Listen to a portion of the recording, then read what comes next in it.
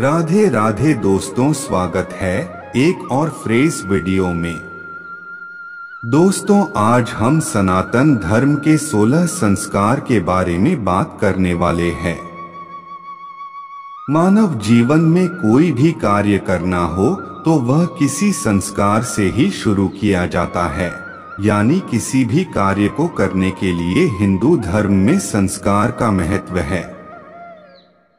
आइए जानते हैं कौन से हैं वह 16 संस्कार। गर्भाधान संस्कार सबसे पहला संस्कार है। गर्भधारण संस्कार, जिसमें आपके जन्म लेने से पहले आपकी माता ने आपको अपने गर्भ में धारण कर लिया। पुंसवन संस्कार दूसरा संस्कार है। पुंसवन संस्कार जो गर्भ धारण करने के 3 महीने बाद होता है। इसमें गर्भ धारण करने के 3 महीने बाद जब शिशु की संरचना होने शुरू हो जाती है तो माता पिता उनके अच्छे जीवन के लिए वैदिक मंत्रों से इस संस्कार को करते हैं। तीसरा संस्कार सीमंतोन्नयन संस्कार गर्भ काल के 6ठे महीने में किया जाता है।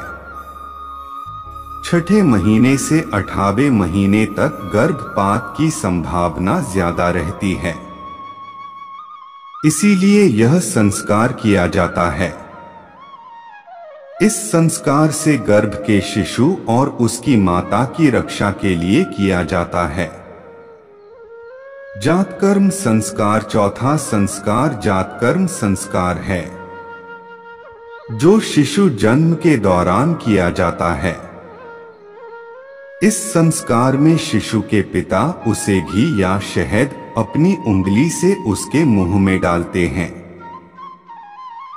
5वें संस्कार नामकरण संस्कार होता है। इस संस्कार में शिशु का उसकी कुंडली के आधार पर नाम रखा जाता है। 6वां संस्कार निष्क्रमण संस्कार है। इसमें जब शिशु 4 से 6 महीने का हो जाता है तो इसमें उसे घर से बाहर ले जाकर सूर्य चंद्रमा के प्रभाव में ले जाया जाता है। 7वें संस्कार अन्नप्राशन संस्कार में जब शिशु 6 महीने का हो जाता है तो उसे अन्न का भोग लगाया जाता है। 8वां संस्कार मुंडन चूड़ाकर्म संस्कार है। इस संस्कार में शिशु का मुंडन किया जाता है।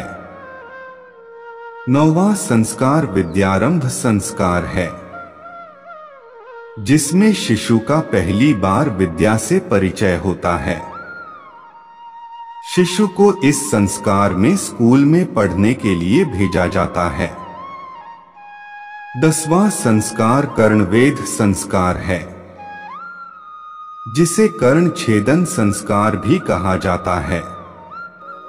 कान हमारे श्रवण द्वार हैं।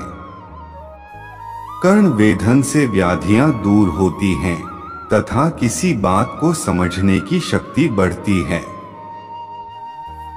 11वां यज्ञोपवीत संस्कार। यज्ञोपवीत संस्कार को उपनयन संस्कार भी कहते हैं।